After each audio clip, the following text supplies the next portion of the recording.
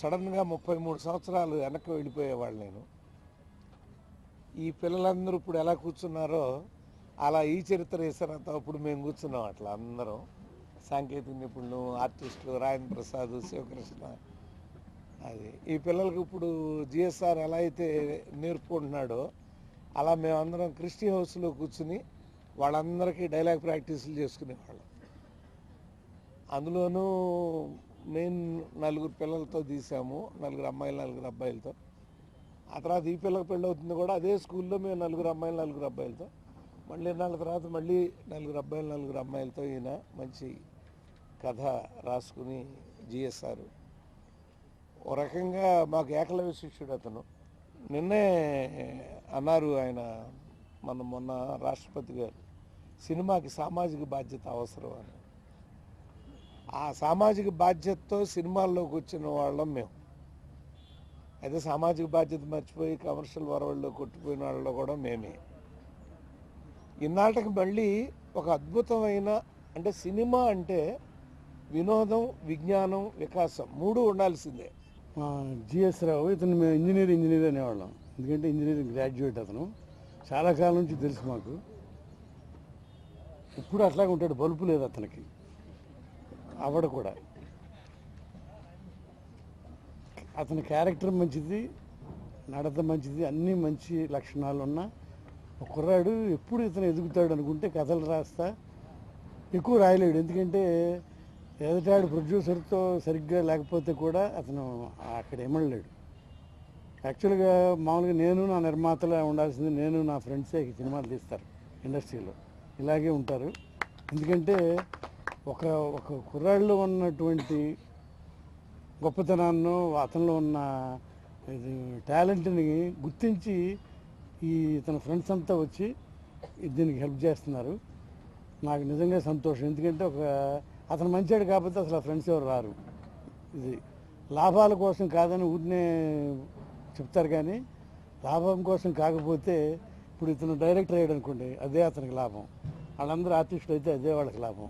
Close friend అండి mister రావు గారు, GS రావు గారు. అతని సొంతంగా ఈ కథ రాసుకొని గట్టిగా మాట. నా మిత్రుడు అండి, పెద్దవాళ్ళకి అందరికీ చాలా thanks to encourage my friend mister G S Rao to the industry and giving a chance to work all these big guys. Rao garu నా క్లోజ్ ఫ్రెండ్, మిత్రుడు. నేను professionally I'm a chartered accountant and he is my client and friend all the way. So I know his talent. For long 10 years, 15 years I am seeing his talent. Since Samba story, he is working in the industry and he is looking for so many opportunities. So unfortunately he didn't get any opportunity outside. ప్రపంచంలో friends లేకుండా ఎవరు ఉండరు, నేను నా friends అనే cinema టైటిల్తో director గారు cinema తీస్తారు అనగానే మేము దానికి ఏమైనా కానీ రెడీ అయిపోయాం. అది ఫీలింగు. నాకు తెలిసినంతవరకు ప్రపంచంలో ప్రతి మనిషికి కూడా ఒక ఫ్రెండ్ ఉండకుండా ఎవరు ఉండరు. అలాంటి సినిమా ఈరోజు వస్తుంది. ఈ సినిమాలో అవుట్లైన్స్ కొంత డైరెక్టర్ గారు చెప్పినప్పుడు స్టార్టింగ్లో ఎలా ఉంటుంది, కామెడీ ఎలా ఉంటుంది, సీరియస్నెస్ ఎలా ఉంటుంది అని చిన్న ఎలిమెంట్స్ ఒక 5 minutes చెప్తే కూడా చాలా హ్యాపీగా అనిపించింది. ఇది చాలా బాగుంటుంది అనుకొని మేము ప్లస్ బాగా పరిచయం జిఎస్ రావు గారికి మాకు. ఆయన కృషి, ఈయన సినిమా తీసిన తర్వాత ఎంతోమంది యూత్ తీస్తే ఇలాంటి సినిమా తీయాలి అనే సినిమా తీస్తాడని మేము అనుకుంటున్నాము. ఆయన ఎంతవరకు ప్రొసీడ్ అయినా కూడా మేము ఫైనాన్షియల్ సపోర్ట్ చేయడానికి రెడీగా ఉన్నాం. అందరికీ నమస్కారం అండి. నా పేరు చిన్ని చరణ్.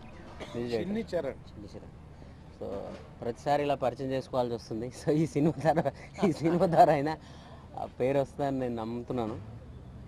ఎందుకంటే నాకు స్ట్రాంగ్ బిలీవ్ ఆయన ఈ సినిమాకి బిఫోర్ ఒక 10-20 కోట్ల సినిమా చేద్దాం అనుకున్నారు. అప్పుడు కూడా నన్నే మ్యూజిక్ డైరెక్టర్గా పెట్టుకున్నారు. దానికి కూడా నేను సాంగ్స్ చేశాను. సో ఏదన్నా చిన్న బడ్జెట్ సినిమా అనేసరికి ఏమో మన దాకా వస్తూ ఉంటుంది, పెద్దది వచ్చేసరికి ఆ ప్రొడ్యూసర్ ఒప్పుకోవట్లేడు, హీరో ఒప్పుకోవట్లేడు అని చెప్పి కొంచెం దాటేస్తూ ఉంటారు అందరూ. కానీ ఆయన ఎంత పెద్ద సినిమా చేసినా నన్నే మ్యూజిక్ డైరెక్టర్ పెట్టుకున్నాడు. సో అది కొన్ని కారణాంతరాల వల్ల కుదరలేదు. సో ఈ సినిమా కూడా అంటే నేను గురుగారు వాళ్ళందరి ముందు నేను చెప్పలేను. బట్ నా పాయింట్ ఆఫ్ వ్యూలో ఏంటంటే ఒక డైరెక్టర్ అంటే నేను ముందే ఆహ్వానం పలికాను, ఇక్కడ మళ్ళీ చెప్పాల్సిన అవసరం లేదనుకుంటాను. ఈ సినిమా గురించి ఏం మాట్లాడదలుచుకోలేదు. సినిమా చూసిన తర్వాత ప్రొడ్యూసర్గా డబ్బులు పెట్టిన వాళ్ళు సంతోషంగా ఉండాలి, డిస్ట్రిబ్యూటర్స్ కొన్న వాళ్ళంతా వాళ్ళు హ్యాపీగా ఉండాలి, చూసిన ప్రేక్షకులంతా చాలా ఆనందంగా ఉండి రెండోసారి సినిమా చూడాలి అని అనుకోవాలి. అలాంటి సినిమా తీయడానికి ట్రై చేస్తాను. షెడ్యూల్ ఇంకో గంటలో స్టార్ట్ అవుతుంది. ఇక్కడ నుంచి కంటిన్యూగా హాలిడేస్ తప్ప మిగిలిన రోజు కంటిన్యూ చేసి 40 డేస్లో సినిమా కంప్లీట్ చేయాలనుకున్నాం. డిసెంబర్లో రిలీజ్ చేయడానికి ప్లాన్ చేస్తున్నాం. ఎగ్జామ్స్ ఉన్నా కానీ వచ్చి చూసేటట్లు ఉంటుంది.